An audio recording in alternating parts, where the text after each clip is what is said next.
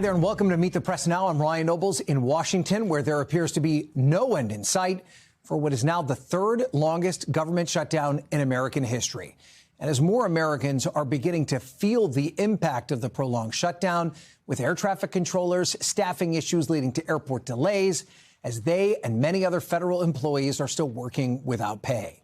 This weekend, millions of demonstrators took part in No Kings rallies across all 50 states to protest the Trump administration. Organizers say nearly 7 million people turned out across more than 2,500 rallies on Saturday. The day remained overwhelmingly peaceful, with only 15 arrests related to the protests reported nationwide. But the rallies appearing to get under the president's skin as he dismissed the demonstrators as a joke. I think it's a joke. I looked at the people. They're not representative of this country. And I looked at all the brand new signs paid for, I guess it was paid for by Soros and other radical left lunatics. It looks like it was. We're checking it out. The demonstrations were very small, very ineffective, and the people were whacked out. When you look at those people, those are not representative of the people of our country. Now, despite that, the president spent part of his weekend responding to the rallies on social media, posting, among other things, an AI-generated video of himself wearing a crown, flying a fighter jet, dumping what appears to be raw sewage on protesters, which NBC News is choosing not to show. On Capitol Hill today, Speaker of the House Mike Johnson echoed the president's claim that, quote, radical anti-American groups were behind the protests. Chuck Schumer himself joined the spectacle in New York City. And it's interesting to note his activities there. He was standing side by side some of the most radical groups that maybe ever assembled on U.S. soil. They openly advertised as co-sponsors of the event in New York City: the Communist Party USA, the Democrat Socialist of America, the Freedom Socialist Party, the Young Communist League of New York, many others. Do we need any further evidence? They're not hiding this. They're out in the open. They're not shy about it, because this is the core constituency of the modern Democratic Party. Congratulations, they didn't burn any buildings down. That's a big achievement for the left, to have some kind of gathering where they don't have a looting and riots and burn a building down.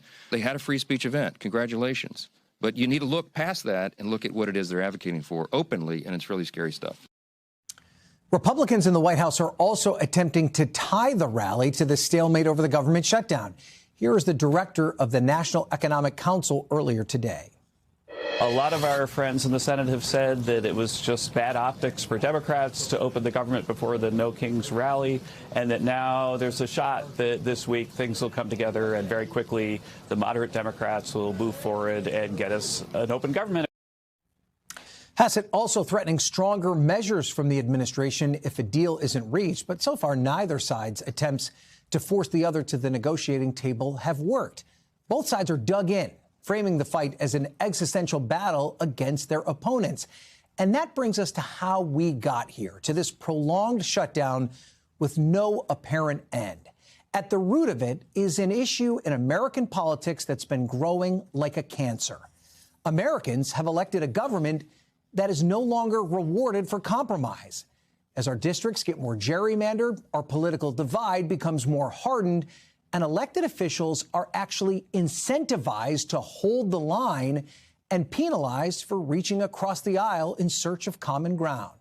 Just consider this. Ahead of the 2010 midterms, our friends at the Cook Political Report ranked 100 races as either toss-up or lean. Essentially, that's the number of races they deemed were highly competitive. In 2018, the number of toss-ups and leans dropped to 74. In 22, it was 64. Now, in the upcoming 2026 midterms, there are currently only 38 seats considered highly competitive. 38 in a chamber with 435 members. What that means is that the vast majority of these elected leaders prioritize the desires of their base of their party at a time when the party's bases are as far apart as they have ever been. If you are a member of Congress, your survival as an elected official likely comes from a constituency that is demanding you fight, not concede. It then makes so much more sense why no one is even attempting to solve this shutdown crisis. We are in a political era where finding common ground could mean the end of your political career. Joining me now from Capitol Hill is senior national politics reporter Sahil Kapoor, and outside the White House is NBC's Yamiche Alcindor. So, Sahil, right now, it looks like the shutdown could keep dragging on for quite some time. What are you watching for as the next inflection points?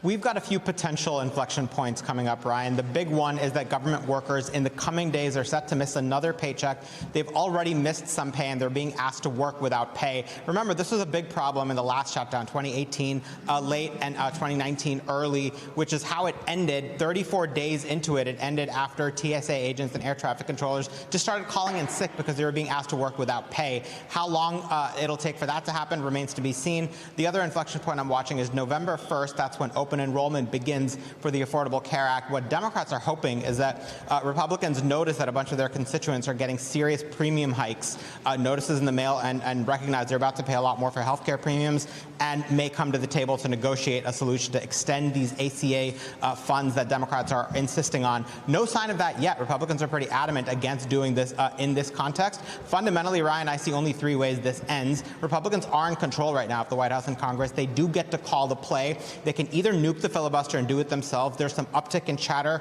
about that, but I don't expect that to happen. They can negotiate with Democrats and come to a deal. I think this is going to have to take an act of President Trump, because Republican leaders, Speaker Johnson and Majority Leader Thune, do not feel empowered to do that on their own. And the third is what Republicans have been doing, just running the clock, hoping Democrats cave. It is not working. Yeah, and do you get any sense in your time spent on Capitol Hill that lawmakers are feeling any pressure of the shutdown that many Americans are feeling? I mean, we saw the Senate go home this weekend. The House remains out of session. I think the last time they were in session was September 19th. It feels like business as usual. Are they not hearing from their constituents upset that this shutdown is going on? Well, two things, Ryan. I think, firstly, you're right. It doesn't feel dramatically different on Capitol Hill, as you know from all your time here as well. You can get coffee or food at the restaurants. The Senate is coming in on Monday, as usual, and leaving on Thursday for three-day weekends. Just a few days ago, one senator, Jim Justice, held a lavish party for his dog with a line around the building to his door for a bunch of people who wanted to attend, and that was apparently quite the celebration. So that's the Senate. On the House, they have not been in session for more than a month. September 19th, Speaker Johnson has kept them out, said he's not bringing them back until the Dems cave on the shutdown. Again, an attempt to pressure the Democrats that isn't working. So fundamentally, they're not feeling enough pressure in the building. Are they feeling it from constituents? Well, this is also an important thing to watch. So far, Republicans are getting a little bit more of the blame from voters, according to polls, but it's not enough. It's not big enough in terms of the gap between who's blaming Republicans and who's blaming Democrats for them to want to cave. And if you were listening with half an ear, Sahil did say that was a lavish party for a dog on Capitol Hill, not a human being, a dog. We also heard Kevin Hassett's comments arguing that Democrats couldn't negotiate until after this weekend's No Kings protest. I mean, I've not heard that from a single Democrat privately or publicly, Sahil. Is that anything that you've heard in your reporting? No, I don't think there's any basis in fact for this, Ryan. This was a Republican talking point that had popped up, a few weeks ago. Some GOP senators were saying, Democrats want to keep the government shut down because they want to cater to this left-wing base, and they want to, keep their No Kings protesters happy, and that they'll cave after that. This seems like a situation where some Republicans, and perhaps even the White House, are buying into their own spin. There's no connection whatsoever between the Democratic intransigence against the Republican short-term bill and this No Kings protest. Apples and oranges. I would not expect the posturing to change now that it's over. Okay, Sahil Kapoor, thank you for that. Let's turn to Yamiche now at the White House. Yamiche, it seems as though the president is not really engaged in all of this. We've heard him talk about the, quote, Schumer shutdown. He said he's going to cut Democrat programs. But beyond that, it doesn't appear that he's trying to make any effort to be the deal maker here. It's a good observation, Ryan. We know that the president has invited Republican senators to the White House for a lunch, and that lunch is to thank them for remaining united and for not compromising. So the president is not only not trying to make deals, he's actually thanking lawmakers for not making a deal. Now, early on, a few weeks ago, the president said something that was pretty striking. He said that he was open to making a deal on health care with Democrats, that it could happen. We've seen some people like Marjorie Taylor Greene, who's a staunch Trump supporter, someone who's seen as close to President Trump. She she has said that she wants to try to make a deal when it comes to these healthcare subsidies because her own children are going to be impacted by this. So that was a Republican sort of changing her mind there. But the president himself has just not done this. So right now we don't see the president trying to make any deals. Instead, he really continues to say that this is Democrats' fault and that he is doing the best that he can as the commander-in-chief to think of other things. And I asked Sahil about lawmakers facing pressure. Is there any indication that the public pressure could force the White House's hand here? Could they see this November 1st open enrollment as motivation to try and start making a deal, or do they just seem to be shrugging all of this off? Based on my reporting and conversations with White House aides and top White House officials, I do not get the sense that they feel any pressure right now. The president has found a way to move around some money to pay people, he says, in special agent positions like FBI special agents, Border Patrol agents, U.S. Park Police, so some law enforcement agencies, as well as active duty troops. So there's in some ways trying to make sure that there's money there for the priorities that they really care about and for Americans that they really see as doing these essential jobs. But I can tell you, in talking to people who are TSA workers, air traffic controllers, other people that are being forced to go to work and not getting paid, there is this real frustration that is mounting. But the White House just doesn't seem moved by that. The president continues to feel like Democrats are ultimately going to be the ones that are hurt by this. We've also seen the president use this and say that he was going to use this to have mass layoffs. We've now seen the court try to stop those mass layoffs. But I've also been asking the White House whether or not they're going to continue at some point and how that would work. Right now, we don't know the answer to that question. But that, again, tells you that this is a White House that just does not seem like they're ready to try to force this shutdown to end. Ryan. And we also talked about the social media response from the president on the No Kings protest, trying to dismiss it on Air Force One last night. He acts like he didn't really care about it, didn't really mean that much, didn't register. But he sure seems to be responding to it every opportunity he gets. Do we expect to hear more from the president or the White House on these rallies? I'm not sure that we're going to hear more from the president, but we've gotten into this cycle where the president is really starting to regularly share, at times inappropriate, critics would say inappropriate videos, dealing with his political adversaries, whether that's sort of videos that are seen as inappropriate, depicting, you have Chuck Schumer and Hakeem Jeffries in sort of these costumes that are sort of racially charged, and then you also have, of course, that video that was shared over the weekend where it was the president seemingly showing up at the rallies and throwing fecal matter on protesters. So there's this sort of push to continue to have that happening. But overall, we haven't seen the president really talk specifically about these protests. But we do expect, of course, all those images to really continue to happen on social media because that's just sort of where he is right now, Ryan. Okay. Yamiche Alcindor, White House, thank you for that. Let's bring in our panel right away to talk about all of this. Julia Manchester is the White House correspondent for The Hill. Chuck Rocha, the host of the Substack show, The Rocha Revolution, and the co-host of the Latino Vote podcast. He's going to launch another podcast tomorrow. We're going to have time to talk about it now. Lance Trover, Republican strategist, former spokesperson for the Burgum campaign. Thank you guys all for being here. I appreciate it. Julia, I mean, sometimes I joke that it's like Groundhog Day. I'm writing stories every day about this. I have to say the same things over and over again. But I don't feel like we are in any different place now on day 20 than we were on day 0.5 before the shutdown started. Yeah, no, I would say the only difference that I've seen politically is in polling, and we're starting to see Americans maybe spread the blame around a bit more. There was an AP NORC poll that was released last week that showed about 58% of Americans blaming Republicans. Another 54% said they blamed Democrats. So clearly they're starting to, I think, blame both parties here, and maybe that puts a bit more pressure on Democrats. But for now, we're seeing Republicans don't feel that pressure. They might feel it on Capitol Hill. We know that the president has certainly given some political cover, especially when it comes to military pay and that kind of a thing. But so far, we are where we were on day one, it seems. And so, Lance, I mean, Republicans seem pretty insistent that they don't feel the need to engage in these conversations about health care at this stage, that they've got a short-term spending resolution on the docket and Democrats should just get on board. But isn't this part of the legislative process? I mean, they knew they had to have Democratic votes in order to get this over the finish line. Well, let's not forget, John Thune has made it public. He's offered the Senate a vote on this health care issue, to which they've declined. But it's the Hill that's actually reporting today that it is the Democratic Party that is so beholden with groups like Indivisible, who are quoted in there. I mean, these are the left-wing groups that are holding them hostage hostage. You read the quotes in there. The idea that the three Democratic senators who already voted for it actually voted for it, they're losing their minds over it. Let's also remember, the president's approval rating is hovering around 45%. That's exactly where he was when he got elected last year. So, yeah, I don't think the White House sees any need to move off of this at all right now. So, Chuck, on the other side, do Democrats see any need to move off of it? Look, I've been here for months talking about, do Democrats seem like a pretty good message to say that 24 million people don't deserve to see their health care premiums rise? I think this is a great fight. And to your point about what we're seeing with the reports on the Hill is that both sides of this, whether you're a Republican or Democrat, the bases love what they're seeing. They love seeing Democrats fight. The Republicans' base likes to see the Republicans standing up to Democrats. That's why you've seen this be the third largest shutdown that we have ever seen. That's what I talked about at the top of the program. Isn't that the problem, Chuck? I mean, weren't these folks sent here to Washington to find common ground, not to just fight with each other? At the top, not you picking on my podcast, but the most important thing you said today was that as a political consultant, I'm one of the last old school political consultants in this town who actually run campaigns every day. 36 marginal seats. What you talked about is the exact problem of what's wrong with that Hill, because they're not rewarded for fixing problems. They're rewarded to running to their bases, because if they try to work with the other party, they'll get a primary either from their left in my party or the right in his party. Right. And so, Lance, how do we fix that? Should it be fixed? Are you asking me how to fix that? Yeah, I am. Yeah. We don't have that much time in the show right now. Look, I find the irony in this to be Democrats controlled everything for many years, and they said, we passed a clean continuing resolution. Republicans, you need to get on board and not hold it hostage.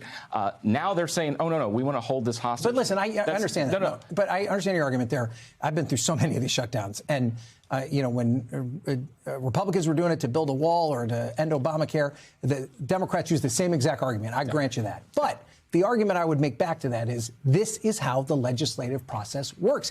The leverage that Democrats have right now is to say that we're not going to vote for this until you come to the table. You can whine and complain all day long and say, well, but we gave you a clean, blah, blah, blah. The average person doesn't know anything about that. At what point does the American public just get sick and tired with these technical explanations about what's happening in the shutdown and actually demand that their lawmakers do something? I don't know that the American public, to your point right now, I'm not sure they're really upset about it at all right now. We're moving along. If there are points where we have TSA issues and things like that, and the airports start to shut down, then guess what? People are going to really get engaged and involved. Social Security checks stop showing up. Yeah, but that is the process. Is that part of the problem right now, Julia, that the average American just doesn't feel the impacts of this? I think it's certainly part of the problem. And once they feel that, whether it's Social Security checks or airports, then they're starting to feel it. Though I think with air traffic controllers, we're starting to certainly feel that. But, from looking at this on the Democratic side, I think it's interesting because I don't think anyone outside of Capitol Hill wants a shutdown. But for the first time in 9 months or so, we have seen Democrats rally around something and almost be unified around something in this shutdown after those widespread losses in 2024. So in a way, it's a bit of a messaging opportunity for them going into the midterm. Go ahead, Lance. But is the message we're just taking on Donald Trump, or is it really about health care? And I think that's what's getting muddled when you look at the No Kings protest. It's all just anti-Trump messaging, and that's always been the problem, I think, for Democrats is everything is against Trump. And I'm wondering if that's where voters are like, wait, what do you want? Do you have to get beyond that, Chuck? You do. And me and Lance have had these debates on TV a lot. That's why he knows he's scratching at an itch and I can't see him, which is we've won a lot of elections being the anti-Trump party. But to actually get to wins in 26 and look beyond at 28, we have to be the party that's for something. And folks on this program knows that I'm rooted in working class East Texas trailer park values. We got to get back to talking to regular folks about regular things that are popular if we want to win and be an anti-Trump. Mm-hmm. And do you think the health care argument is hitting that? Look, it's easy to say we don't want your premiums to go up. Stop. It's kind of like saying make America great again and put on a hat. Make it simple. We are bad about talking over people. Have simple, folks. Mm-hmm. And I do want to talk a little bit about the rhetoric here because it seems to be just amplified, right? We saw some of the signs at some of these No Kings protests that the speaker pointed out this morning. But last week, the White House press secretary said that the Democratic Party was made up of terrorists and violent criminals. The president's called them the party of Satan. They said they're like insurrectionists. At Charlie Kirk's memorial, he said he hates his opponents. I mean, Lance, how do we break through this divide? It's enough like what we talked about at the top of the show about the way that the system is set up right now, where you need to appeal to your base. But if we're talking to each other like this, how can these guys ever get into a room and actually come up with a deal that they can trust they're going to follow through on? Yeah, look, I'm not somebody who loves the rhetoric when it comes to that type of thing. I think the frustration you hear from the MAGA side is Republicans have endured a lot. We've had 2 assassination attempts on the president. We lost Charlie Kirk. We've seen ICE officers being attacked. It was in vogue a few months ago to go rip Teslas apart just because Elon Musk worked in the administration. And I think for the MAGA wing of the party, the problem is it's not just the rhetoric. It is the put into action and the violence that has been coming from the far left in this country. But wouldn't you argue that January 6th falls in that category? I mean, if January, so it's like the go-to line is January 6th. I'm talking. It's not a go-to line, though. It's something that happened. No, I know I disagree with that because these things are all the most recent aspects of what have happened. I mean, January 6th was a protest against an election, but all of these other things in culmination are much bigger than January 6th. I think January assassination of a president? I mean, come on. I think January 6th should be put on the table, but I also think that you can put. I went home last weekend to East Texas, where all of my buddies who I played high school football with are all MAGA and all Republicans. You know, I found a way with them to have a great weekend, talking about things that we had in common, not looking for the tiny things that rip us apart. That's how we fix the problem, Ryan. But there are people and algorithms in this thing right here that make money off of pulling us apart, and I think that's why we're in the situation we're in. Okay, before we go, and you'll be glad we go here, Lance, I do need to talk about the situation in Virginia with the Attorney General candidate, Jay Jones. Chuck, I want to play for you what the DNC chairman said about this over the weekend. As the party chair, do you think that those comments are disqualifying? I don't think they're disqualifying, but certainly they're not right. And I'm glad that he apologized for them. They're indefensible, they're hurtful, and they're offensive. And as I've listened to Graham Plattner, I absolutely believe in his contrition here. I believe that he acknowledges that the words he used were harmful and offensive to so many people throughout this country. You know, again, people deserve second chances. That was about the main candidate, was asked in the context of the text from the Attorney General candidate in Virginia, Jay Jones. Are Democrats excusing too many of these examples right now, Chuck, at the same time that you're criticizing Republicans for the things that they've said about Democrats? Are we giving free passes to these candidates? As somebody that's about as imperfect as you can get, I've made a lot of mistakes in my lifetime, some publicly and some not. And I think second chances are part of America. But I also think you have to own up. And I tell folks this when I talk to them about mistakes and about wording that is not right and you shouldn't use. And look at the camera and say, I was wrong, explain why you're wrong, and then ask for forgiveness. Okay. Julia, you get the last word. You know, what's so interesting is that you have Winsome Earl-Sears running for governor on the Republican side in Virginia, who is framing this as Abigail Spanberger is still backing Jay Jones. When she was asked whether she would pull her endorsement, she gave a non-answer. But you have the Attorney General, Jason Miyares, the Republican, running, essentially saying Abigail Spanberger is not endorsing Jay Jones. Voters have a choice. I think that's very telling. Yeah, and they might be picking which horse they have to get over the finish line. All right. Great conversation, guys. Thank you all for being here. I appreciate it. We can talk about these things and still like each other. Chuck invited us all fly fishing. Chuck and I get along quite well. All right. Coming up, President Trump tells reporters today that he does not think Ukraine will win the war, as President Zelensky urges the administration to apply more pressure on Putin in an exclusive interview with Kristen Welker. But first, we have breaking news on multiple legal stories as the Trump administration just landed a legal win, and it's pushed to deploy the National Guard to Portland. Former FBI Director James Comey is moving to get his case thrown out. We'll have that reporting. Keep it right here on Meet the Press Now.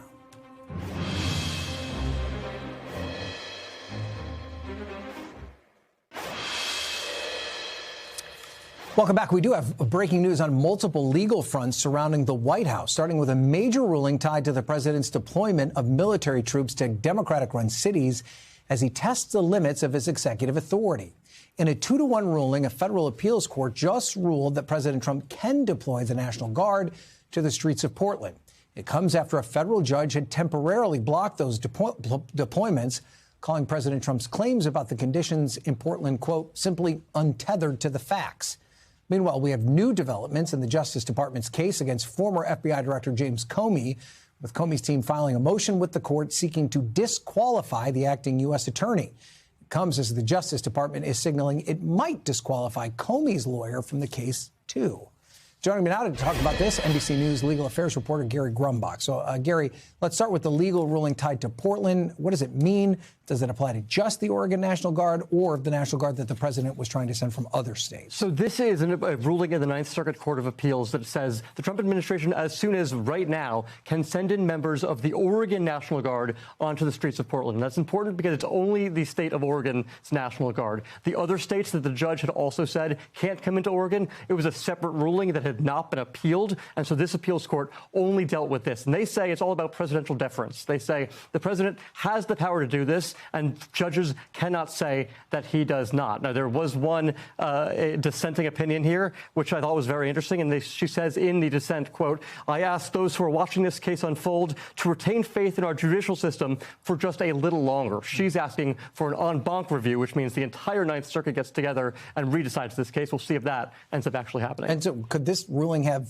implications for other Democrat-run cities that are trying to defend against National Guard deployments to their cities? So the way our country is broken up here in terms of appeals courts, there's 11 different areas of appeals courts. Within the Ninth Circuit, absolutely. So California, Oregon, Washington State, absolutely this has an impact. Other circuits will have to make their own decisions, and that's what we're going to be seeing here as it relates to the Supreme Court's decision with Illinois and Chicago's National Guard, which could come at any point now. Okay, let's also shift gears now and talk about the developments in the case against former FBI Director James Comey. Get us up to speed on that. That's right. So just about an hour ago, 2 motions were filed by James Comey's team. One, they're trying to dismiss the case because they believe it's a selective and vindictive prosecution. They're pointing to more than 200 posts by the president on his Truth Social platform that trash FBI Director James Comey, saying this is why Lindsay Halligan, the Eastern District of Virginia U.S. Attorney, is going after him. And then they also say she, the Eastern District of Virginia U.S. Attorney, wasn't appointed legally in the first place, so she shouldn't be bringing these charges against him at all. They say she's his former personal attorney. All of a sudden, she becomes the U.S. Attorney in the Eastern District of Virginia, and days later, James Comey is indicted. And how long could it take for them to decide this? So this could be decided within the next few months. There are going to be oral arguments in both November and December on some of these motions. Okay, great. Gary Gorback, thanks for the update. We appreciate it. Up next, ceasefire uncertainty. President Trump responds to renewed violence in Gaza, insisting that the fragile truce deal he helped broker is still in place, as Israel and Hamas blame each other for violating the agreement. You're watching Meet the Press Now.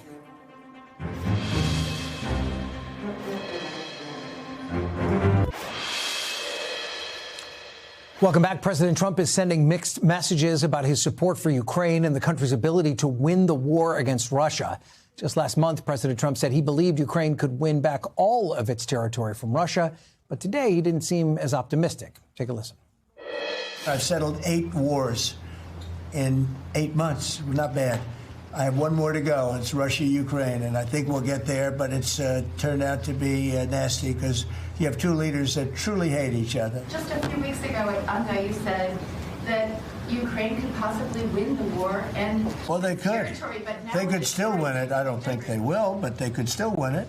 I never said they would win it. I said they could win. Anything can happen. You know, war is a very strange thing. It comes after President Trump spoke to President Putin by phone on Thursday and then hosted Ukraine's President Zelensky at the White House on Friday. Trump and Zelensky appeared cordial in front of the cameras during that meeting. But according to reporting by the Financial Times, behind the scenes, the meeting descended into a shouting match, with President Trump warning Zelensky that Russia would destroy Ukraine if he didn't agree to a deal to end the war. Yesterday, in an exclusive interview on Meet the Press, President Zelensky told my colleague Kristen Welker he would be willing to participate in follow-up talks with President Trump and President Putin in Budapest. You will push to go to Budapest? I'm ready. I'm ready. I said to President, I'm ready. Okay. Part of President Trump's success with Israel and Hamas was that he applied pressure to all sides. Does President Trump need to get tougher with President Putin? Yes, and even more, because Putin is something similar, but more strong than Hamas. Joining me now is NBC News Chief International Correspondent Keir Simmons. Keir, what do you make of President Trump's shifting rhetoric when it comes to the war in Ukraine? Well, you know, Ryan, studying the words of leaders around the world, a basic principle is when they say something, believe it. And I think when it comes to President Trump, that might appear tricky because you're right to point out that what he says seems to shift. But one thing I think that does kind of continue is his idea that he simply wants the war to end, that he wants the killing to end, that it's gone on too long, that it can't get anywhere. And so I think what we're seeing really are very tense conversations, yes, with President Zelensky, but I also think, according to reporting, citing multiple sources, with President Putin in that meeting in Alaska, very difficult conversations where effectively what President Trump is saying is, let's do a deal here, and getting frustrated when Zelensky or Putin doesn't seem prepared to do a deal. Now, both have become adept at presenting themselves as wanting a deal and saying it's the other side. And actually, just today, Europe's chief diplomat again said it is the Russians who don't want to stop fighting. That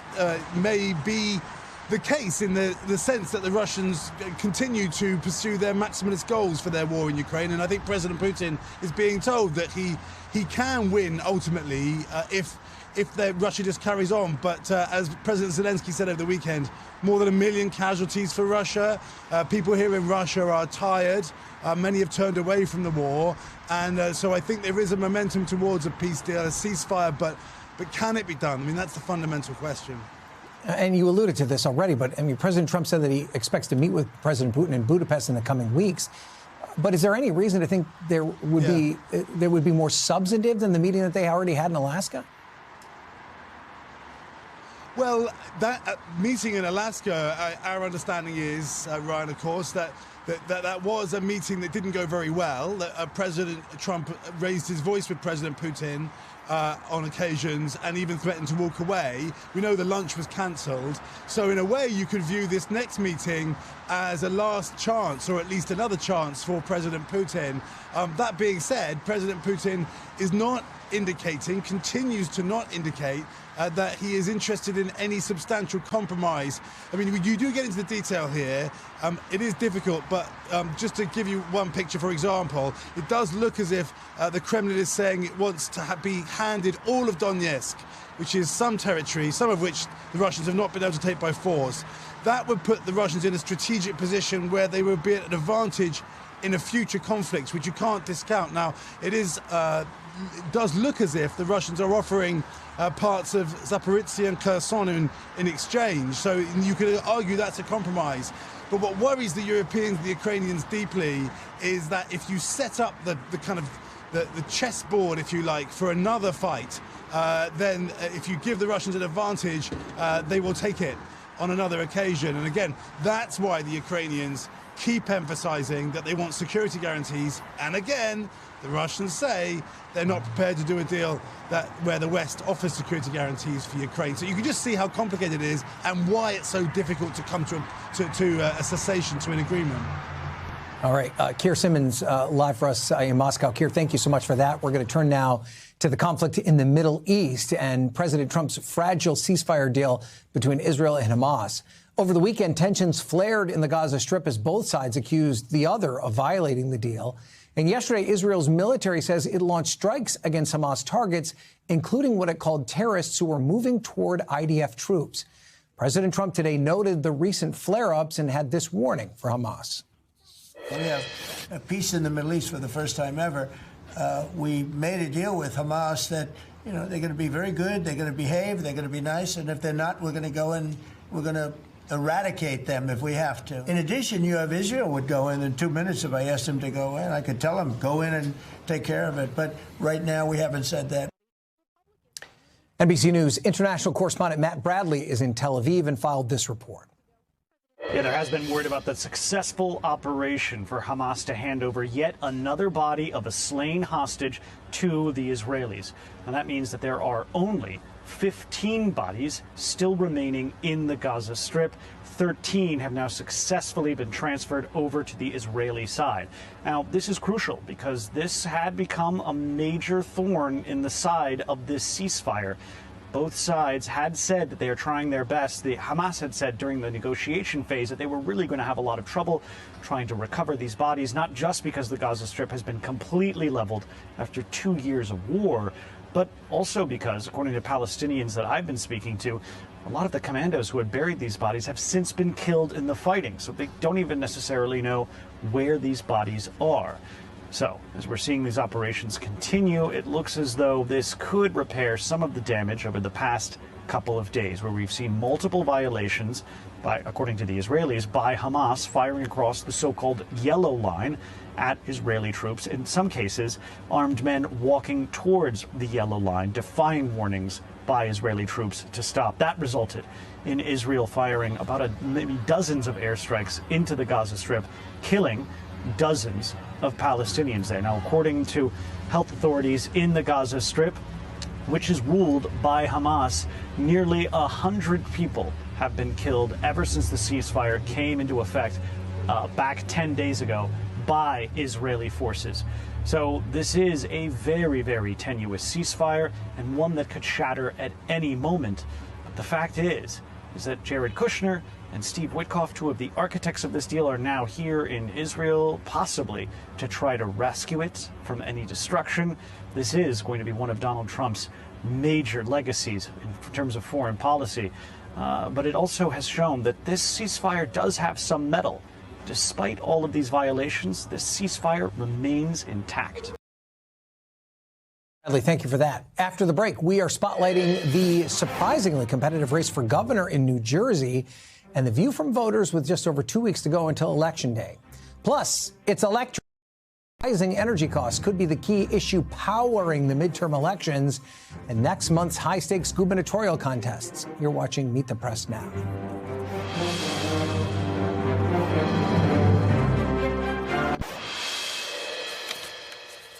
Welcome back. With early voting just 5 days away now, New Jersey's gubernatorial candidates are locked in a tight battle. Democrat Mikey Sherrill leads Republican Jack Ciattarelli by just 4 points in a Fox News poll, a figure that is within the poll's margin of error. The 2024 election has loomed over this race as President Trump made gains over his 2020 performance in the state, losing to Kamala Harris by just 6 points versus his 16-point loss to President Biden. And in these last few weeks of campaigning, Republicans are looking to capitalize on those gains as they hit the trail in the suburban areas of the state, hoping to cut down Sherrill's slim lead. Joining me on the ground now in Gloucester County, New Jersey, is WCAU reporter Lauren Make. Lauren, always great to talk to you. Tell us more about those Republican efforts in the New Jersey suburbs. What are you hearing from voters there? Well, the efforts on both sides of the aisle are focused in a lot of ways on one issue, and that is affordability. That is something we have been hearing from the candidates since the beginning of this general election, when they both won their primaries and came out of the gate talking about bringing costs down in New Jersey. And I can tell you, as I went out today and started to talk to people, the very first voter I went to, I asked about what was important to them, what they wanted to see from the next governor, and immediately he talked about bringing taxes down. I said, you know, is it just taxes? Is that at the top of the list? Are there other costs as well? I said, oh no, you know, my utility bills are high as well. And I asked, do you think the next governor can do something about that? And his answer was, we hope so. So voters are hopeful. Both candidates really, though, making this kind of pitch that they can bring those costs down. Yeah, I guess it's the way they bring those costs down that might differentiate the two of them. And you've been reporting on some of the demographic shifts in the state. Tell us about that. How might that affect this race? Well, I can tell you about something that's happening in right where I am in Gloucester County. Things really have changed in recent years here. Phil Murphy, the current governor of New Jersey, he won this county back in 2017 when he first ran for governor. But things have shifted. Republicans, when it comes to registered voters, Republicans have cut into Democrats' edge in this county, cutting that almost in half. They really have made significant gains here. I talked to former Senate President Steve Sweeney, a Democrat, about that. He referred to it as a dogfight in recent years. So you're seeing Republicans really pick up steam here. Jack Ciattarelli won this county in 2021 when he was the Republican nominee, and Donald Trump, President Trump, won this county last year. So Republicans have high hopes in Gloucester County as things have been shifting here. Ryan. And we pointed out that President Trump did lose the state to Kamala Harris, but he made significant gains, almost a 10-point difference between 2024 and 2020. How much is that race looming over this race? Is it part of why Republicans have made such an investment because they've seen the gains there?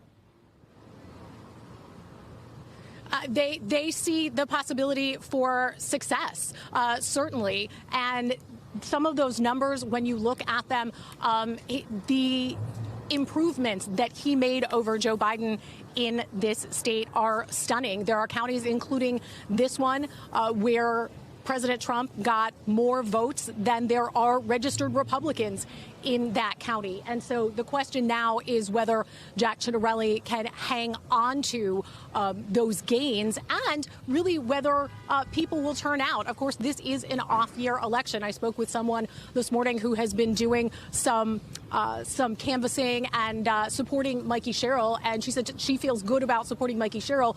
She's not quite so sure, though, about turnout. She's not sure who's going to show up on Election Day.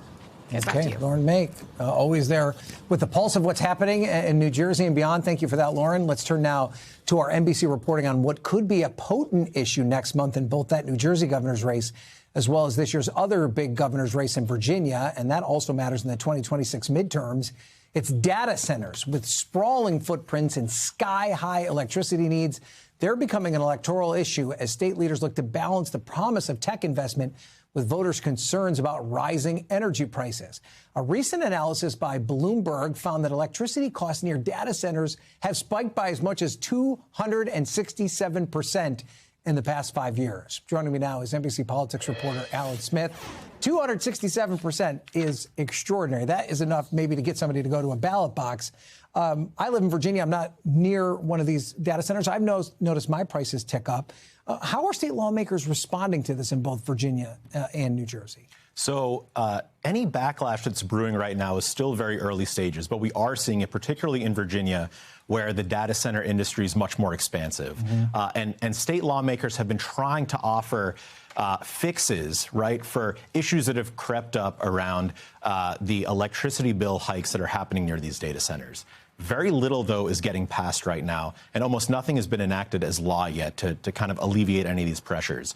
But in Virginia and New Jersey, both places, lawmakers are saying they're hearing a lot more about this, and they think this is going to be only a bigger and bigger issue even as we get past the elections next month. Do you get the sense it's something that most voters haven't necessarily correlated to their own activity? Like, we've seen people use artificial intelligence way more just in the past year than they have before. And isn't it AI that's really accelerating this massive use of energy? So the interesting thing here is that data centers have long existed, right? You need data centers to run Uber, Amazon, every single tech app you can think of. But with AI, the data centers require so much more power than data centers previously did in order to run these programs. So, these data centers have really only sprung up recently within the last couple of years.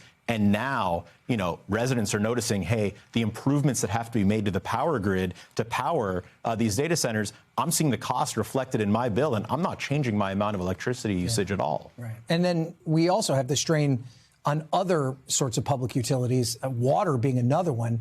These data centers require the use of water. How is that impacting the communities? So you're hearing a lot about that in more rural areas where some of these data centers are being built, obviously near water sources, where people are starting to see the impacts. I think when you think ahead to the midterms, you got states like Arizona and Nevada that have a lot of water issues, and that you're also seeing a pretty significant increase in the amount of electricity that data centers are using. You can see this brewing into a cocktail that might be a really potent issue in places that we already pay a lot of attention to because of the elections that are going to take place next year. And the last point I want you to make about this is it's also one of these investments that's not necessarily automatically generating jobs, right? I mean, it's one thing for a lawmaker or gubernatorial candidate to say, yeah, we're going to work with these tech companies. We'll give them some tax incentives because they're going to bring a bunch of good paying jobs here. It's not as if there's no jobs with these big data centers, but it's not a ton, right? So this is something that you hear from state lawmakers on this. You know, maybe these electricity bill hikes, maybe, you know, property tax assessments going up as a result of these data centers would be more palatable if there were a lot more jobs coming to the local communities. But as one state lawmaker said, these are essentially very large boxes that create value, but not a whole heck of a lot more. Yeah. And is it something that is falling along bipartisan lines, this concern right now? So this is really interesting because the issue is so new.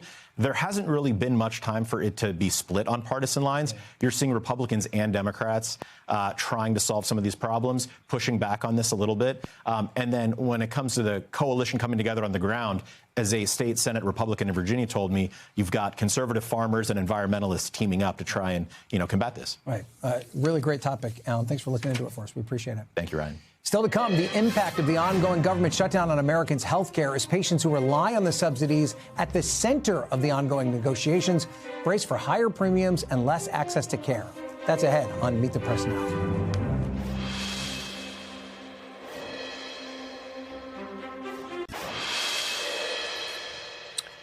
Welcome back. As we mentioned, it is day 20 of the government shutdown, and at the center of the lack of progress on the funding fight is the issue of health care subsidies that are set to expire at the end of the year.